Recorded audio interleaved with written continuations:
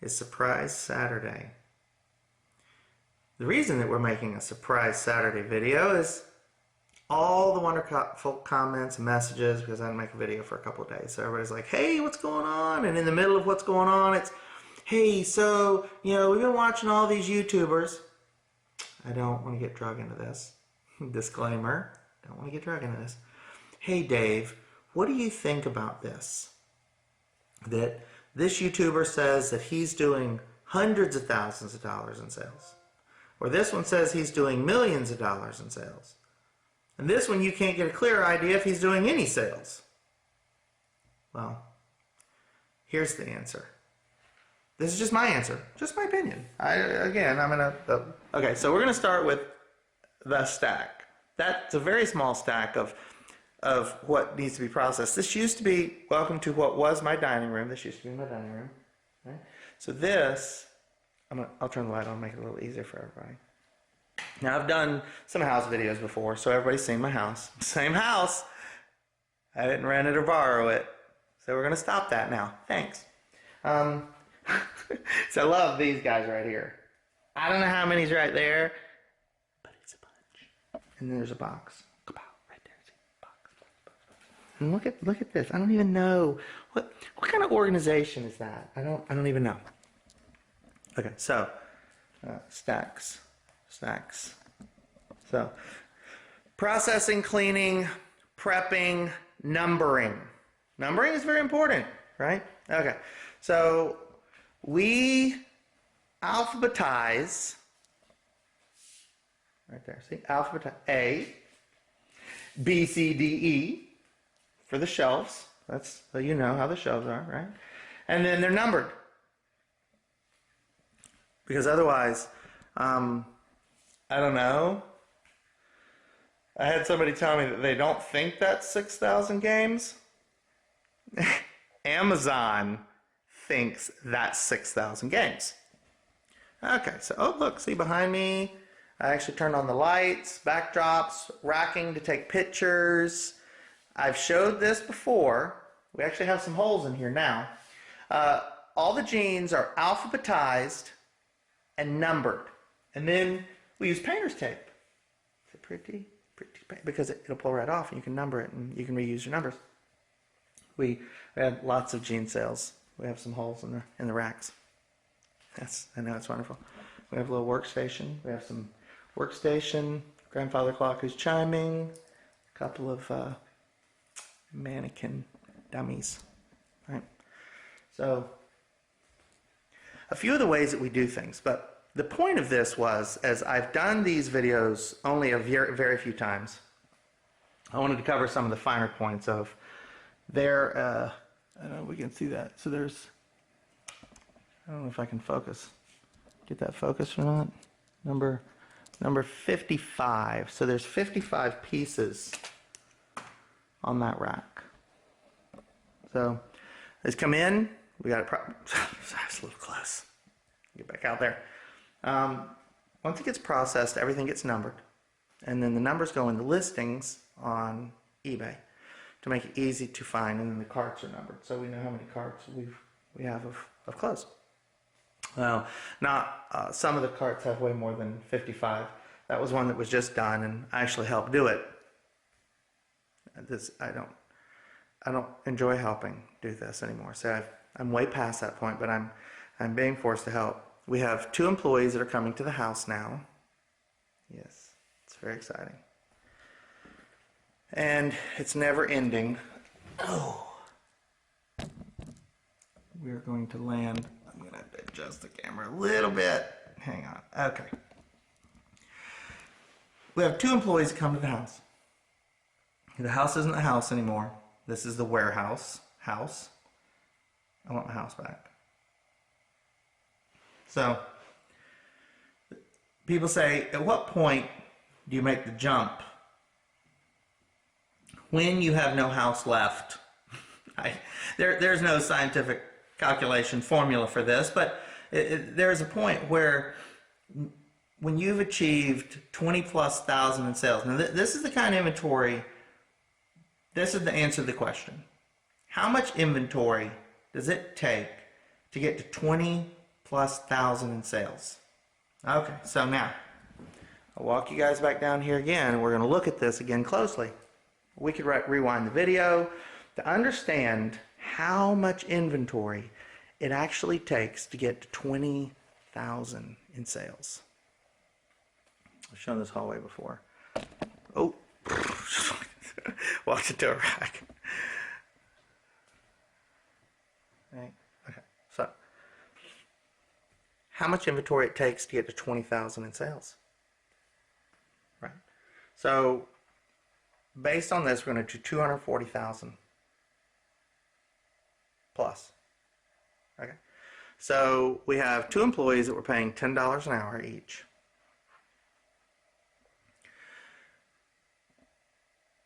$800 a week, $3,200 a month. So our employee costs are going to be 37,000, whatever it is. Whatever. A building's going to cost us $1,000 to $1,500 a month. So let's call it another 16, 15, 16, 17, 18,000. So 50 something thousand, right? 50,000. All right, okay. So now out of $240,000, we're going to take out our fees, our shipping, costs for our poly bags, our bubble mailers, the building, the internet, the electricity. Based on, once I sat down and I figured it all out,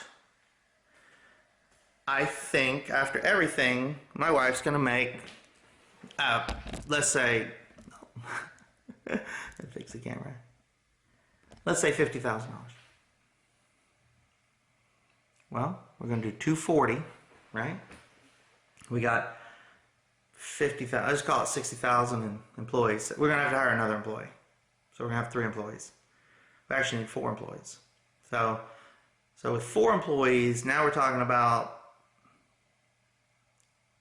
72,000 in employee costs. And let's just say 17,000 for a building.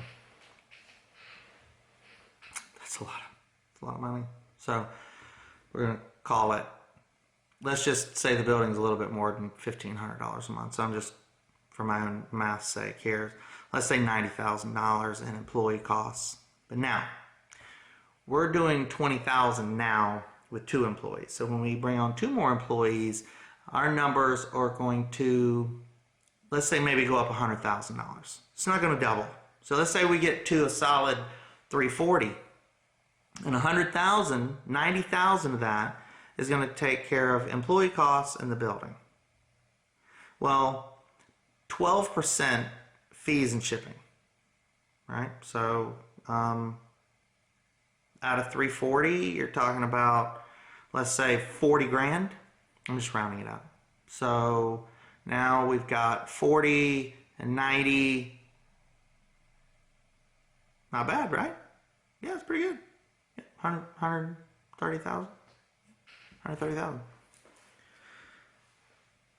So out of 340,000, $130,000 in cost. So we're going to take 130 from 340, that leaves 210. And out of 210, how much inventory cost do we have? What's your inventory cost? Right? You're operating at like 80 or 90% profit.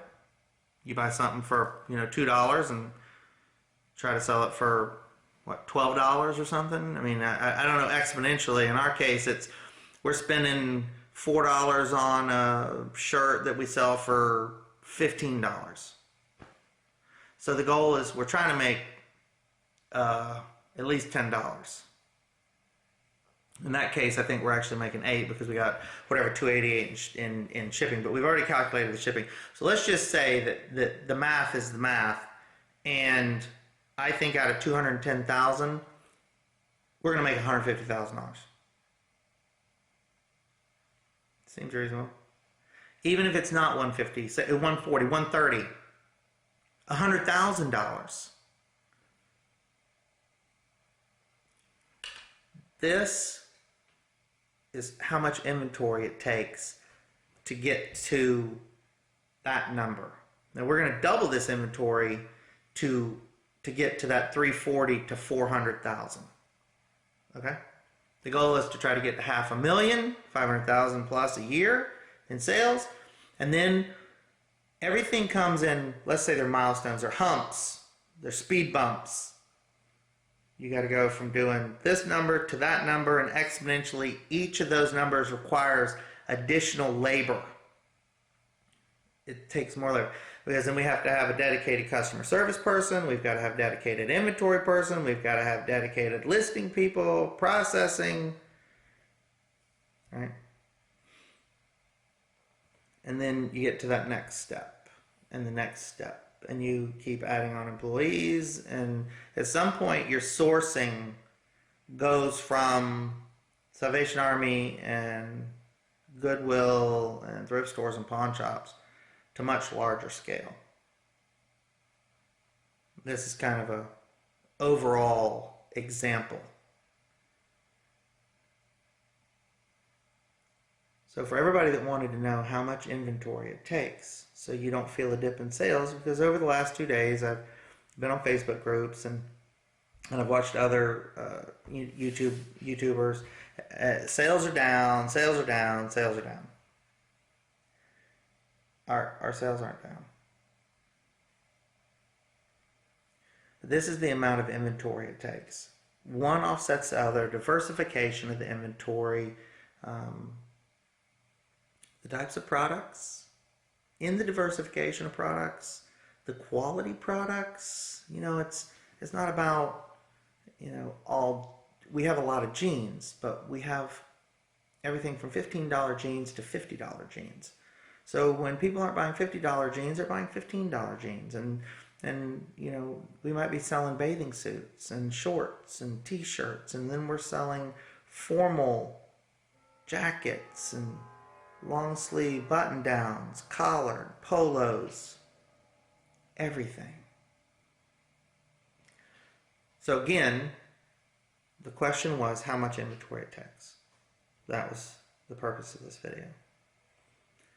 So everybody now can understand what it really takes to get to that 200,000+ a year. And then the next step it's going to take is more inventory and a couple more employees. Hopefully this week, coming up Monday, I'll be back to my normal video schedule. Had a lot going on at work, and then as soon as I get home, you can see I come home to another warehouse, and I'm put to work. I'm like, I've already been at work. So I left work to come to I joke and I tell everybody this is my part-time job. My part-time job, I'm actually working at like 8 hours a day. The Thursday night, we got, in 6 hours, we got 100 listings. The two of us. So I don't know that that's so good. That's like 50 listings per person in 6 hours. But you can see we take pictures and the way we're organized, the picture taken and getting the listings created. It's a little time consuming. And also having the 2 other employees that are working on processing these video games, and one of them actually is creating listings as well. And I wanted to participate because people are constantly asking me, you know, what does it really take? And again, I'm going to say the same thing over and over and over and over and over. A lot of work. A lot of determination. And another thing that's come to my attention over the last couple of days are people that I made a sale and the customer wants to return it. I don't have a return policy. Well, you always have to put yourself in that position. How do you feel if you buy something and you can't get your money back? Have you ever had that happen? I personally never experienced that.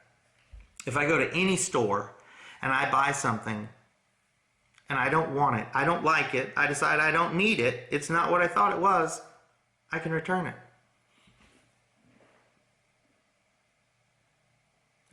Do I need to say more? It's called the cost of doing business.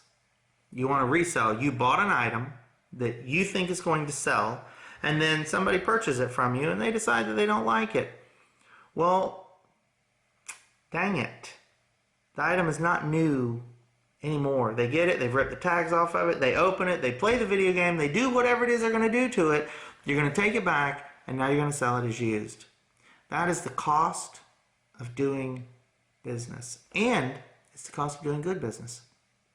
Because that is about today. It's one moment in time. Tomorrow you could have thousands of listings, and you won't even notice it because you've grown beyond that one moment.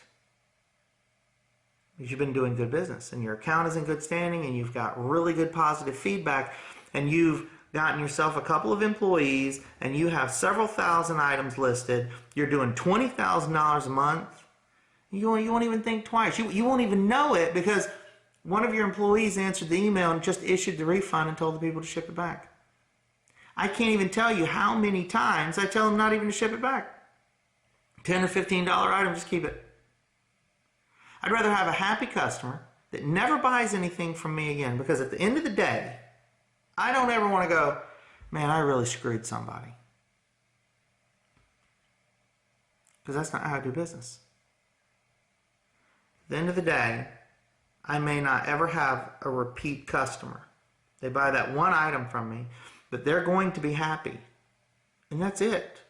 And they'll never tell another soul whether it went good, bad, or otherwise. And the only person that really knows is me.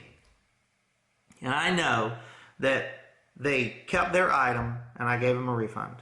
Or they returned the item. Or I just exchanged the item. Or I gave them a different item. That is good business. That's making a fair deal. You give fair deals, you get fair deals. So many people are like, no, I don't always get fair deals. No, you don't always get fair deals. But it is your job to make sure your customer gets a fair deal. If you are not given a fair deal, or you are not given a fair shake, you're not treated fairly by a source, a supplier, a distributor, a wholesaler. That has no reflection on how you're going to treat your customers. We are here to provide goods and or services. I provide a service. I provide some skewed perspective on my experience, advice, that may or may not be worth a hill of beans. Who knows? But when we do good business, we do good business. And I don't get treated fairly by my suppliers, my wholesalers, my distributors, my sources.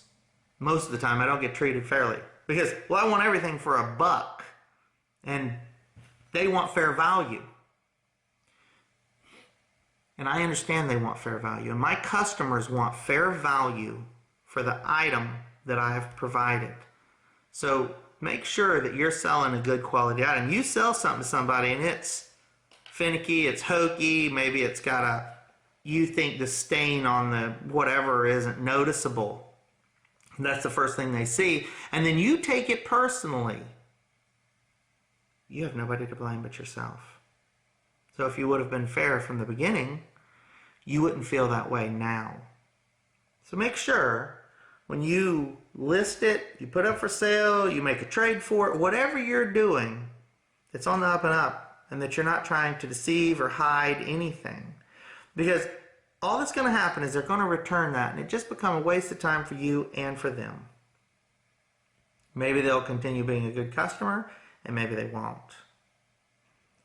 But the point is, you're always going to provide quality material, fair value for the dollar.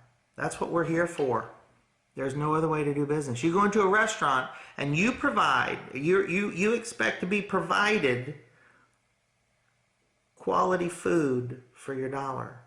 If they bring you out something that's completely disgusting, you tell them it's terrible and they take it back and they bring you something else and you pay. Or sometimes you're like, this was terrible, I don't want anything else, and then you don't pay. You have to be prepared to treat customers the same way, or you should not be in the resale business. Fair business. Fair value for the dollar. You're going to do good business. You're going to do fair business. You're going to make fair money for the value. There are no secrets to this. A lot of it is common sense. It's how do you expect to be treated in a transaction? Put yourself on the other side of that transaction. Would you accept someone through an email telling you, no, I will not give you your money back? Or just not responding to you? You'd go out of your mind. But yet, there are resellers out there that do that to people. It's bad behavior. Those are bad choices. And then they wonder why they can't succeed. They can't be successful. Because I would imagine if they treat people that way on the internet, they're probably doing it in their real life as well. Because it's never too far. One is not far from the other. Everything's hand in hand. So make sure you work hard to be fair with your customers. So I've answered the question, how much inventory it takes. What does it look like to do 200,000 plus in sales? This is the amount of inventory that it takes to do that. So if you're watching other YouTubers, it kind of gives you an idea when they're talking about that they do hundreds of thousands of dollars. It gives you an idea of what it really looks like. And I hope this answers questions. And I hope it answers questions that you didn't even know you had yet. I hope I've provided something useful on Supercalifragilistic Saturday. I'm Dave. I'll see you soon.